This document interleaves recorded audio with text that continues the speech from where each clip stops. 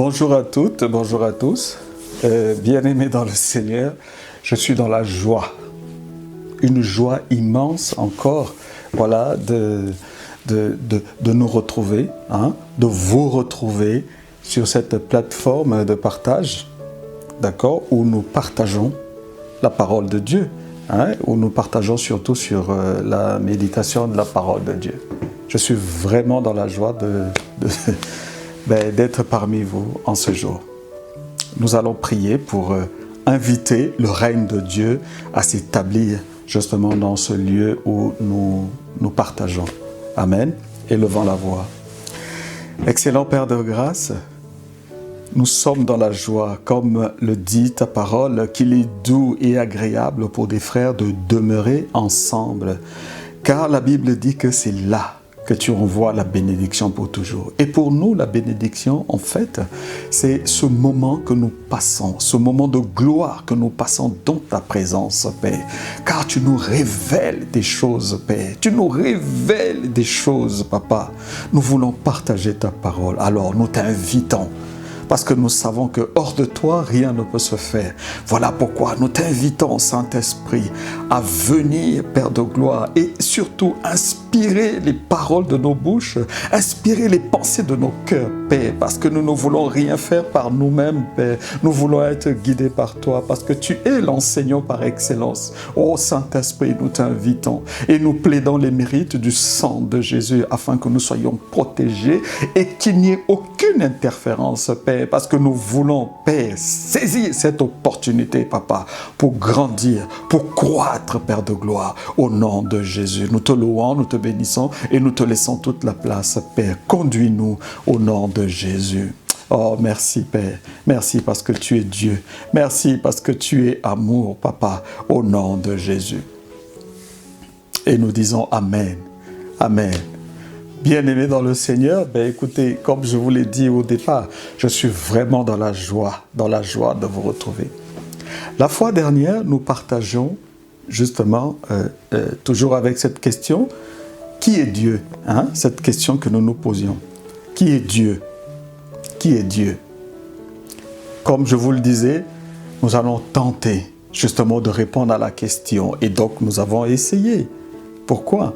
Parce que ce Dieu invisible où les gens, par rapport à leur connaissance, par rapport à leurs principes, par rapport à leur culture, par rapport à leur éducation, ont tenté justement d'imaginer Dieu. Ils ont tenté justement de se faire une image de Dieu. Et donc, Dieu nous a parlé la fois dernière en nous disant qui il était exactement, comment il se révélait.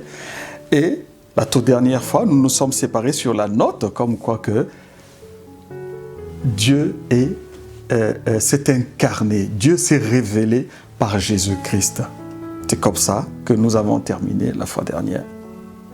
Et donc aujourd'hui, nous allons évoluer encore selon que l'Esprit va nous conduire, n'est-ce pas? Voilà. Alors, Jésus-Christ, c'est carrément Dieu sur la terre. N'est-ce pas? C'est Dieu qui s'est... Parce que l'incarnation, le ministère de l'incarnation, en fait, nous la connaissons. Mais pas comme le monde le voit le ministère de l'incarnation. Voilà. Mais la vraie incarnation, c'est que Dieu est venu sur la terre par Jésus-Christ et par le Saint-Esprit. Bien-aimés, je vais vous inviter justement à lire cette parole que nous avons lue la fois dernière dans Jean 14. Cette parole que nous avons lue la fois dernière dans Jean 14. Voilà. Dans Jean 14, du verset, on avait lu du verset 7 jusqu'au verset 9, d'accord? Donc la Bible dit, je lis la parole de Dieu. « Si vous me connaissez, vous connaîtrez aussi mon Père. Et dès maintenant, vous le connaissez et vous l'avez vu. Mais simplement parce que vous l'avez vu, parce que vous avez Jésus-Christ en face de vous. Voilà pourquoi il dit, vous l'avez vu, le Père, Dieu Tout-Puissant.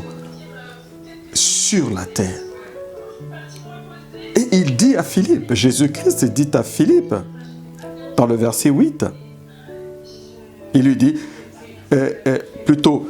Philippe, qui disait à Jésus, qui interrogeait Jésus en lui disant, Seigneur, montre-nous le Père, et cela nous suffit. Et Jésus lui dit, mais il y a si longtemps que je suis avec vous, et tu ne m'as pas connu, dit Philippe. Tu ne m'as pas connu? Celui qui m'a vu a vu le Père.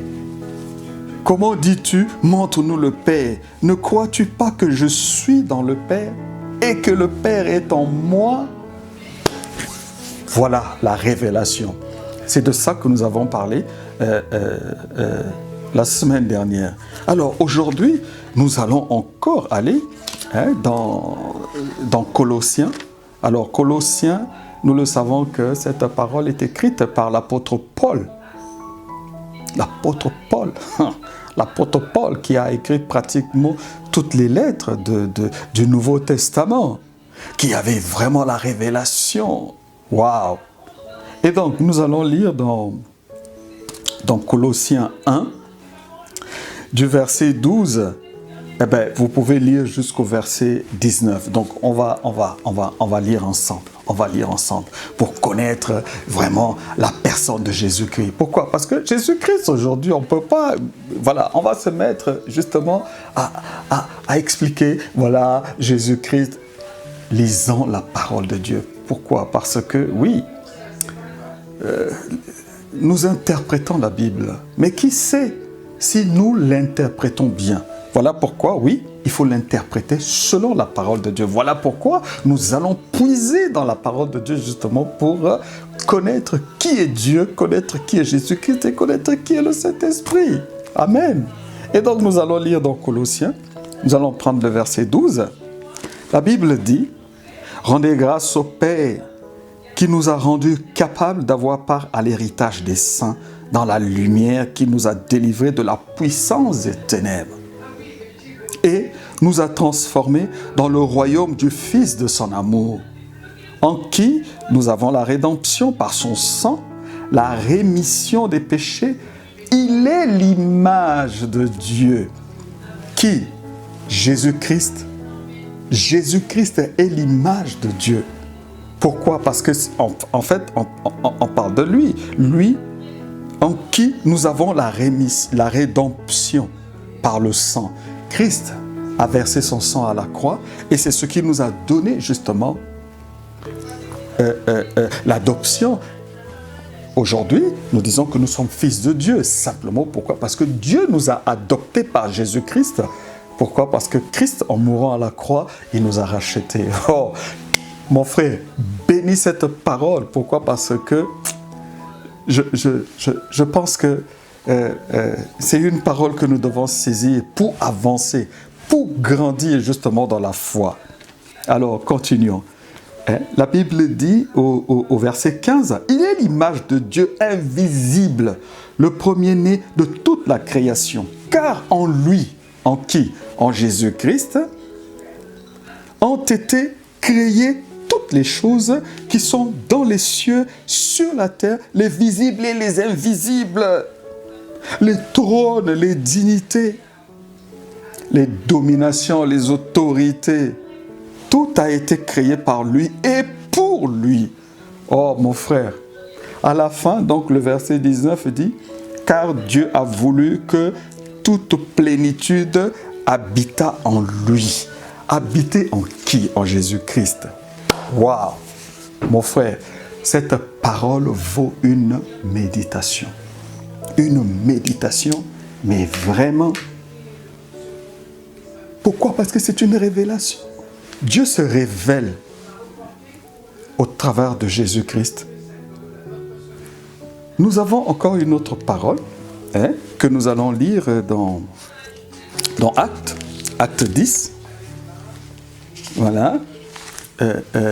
Acte 10. Acte 10 au verset 38.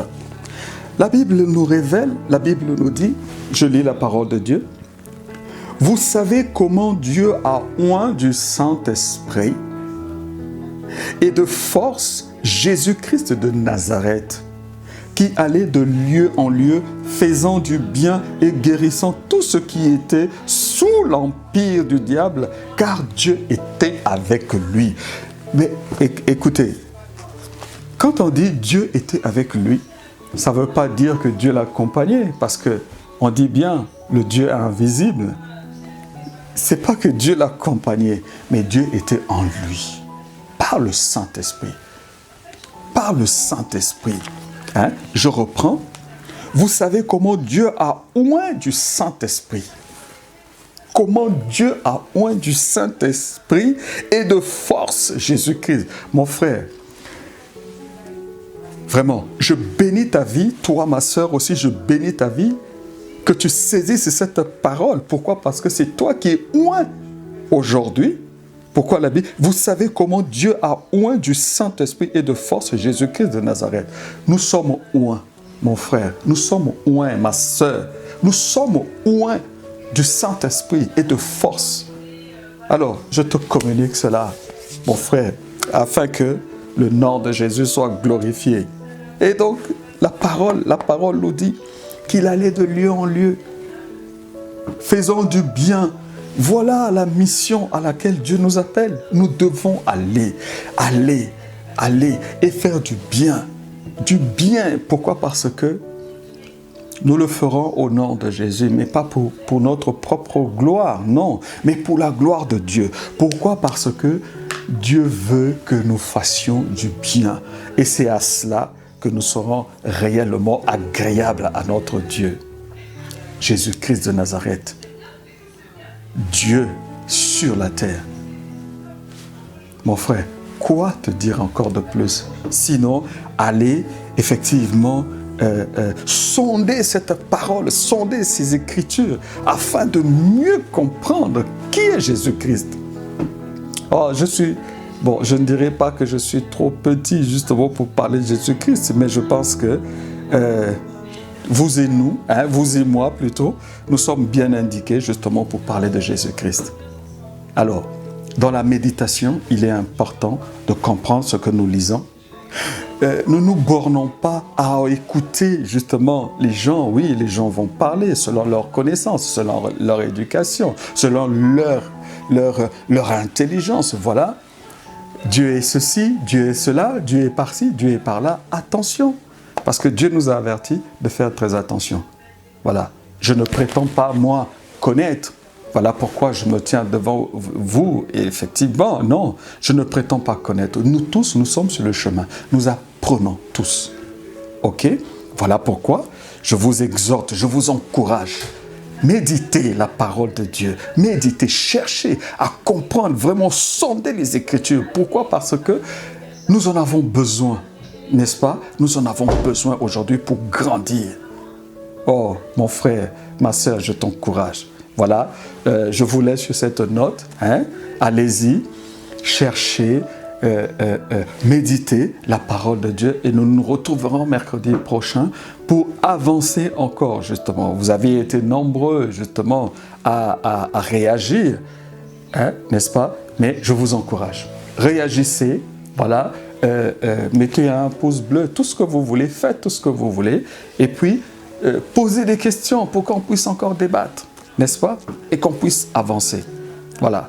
Que Dieu soit loué, que Dieu soit béni. Nous allons prier pour remercier Dieu de ce qui nous a conduits, de ce qui nous a assistés. Au nom de Jésus, élevons la voix. Excellent Père de grâce, nous voulons encore glorifier ton nom, Père. Nous voulons te dire merci, Papa, pour ce partage, Père de grâce, dont tu nous as conduits, Papa. Mais nous nous remettons entre tes mains afin que, mon roi, que tu touches le cœur de mon frère, que tu touches le cœur de ma sœur, Père, afin que nous allions encore en profondeur, Père de gloire, pour aller méditer ta parole, afin de mieux te servir, afin de mieux, Père. Je te prie, Père, je te prie, Père, oui, de toucher le cœur de mon frère, parce que ce n'est pas par hasard, Papa, qui s'est retrouvé à regarder cette vidéo. Simplement, c'est parce que tu as touché son cœur, Père. Et cela est bon, Père de gloire. Nous te disons merci. Merci encore une fois de plus de nous conduire dans le nom précieux de Jésus. Nous te disons merci. Merci encore au nom de Jésus. Alors, bien-aimés dans le Seigneur, écoutez, prenons rendez-vous encore une fois pour continuer à avancer dans ce voyage merveilleux que nous avons choisi, celui de méditer la parole de Dieu afin de comprendre, de connaître et de nous attacher à Dieu, de nous cramponner à Dieu. Les temps sont mauvais. Prenez garde. À bientôt. Merci. Au revoir.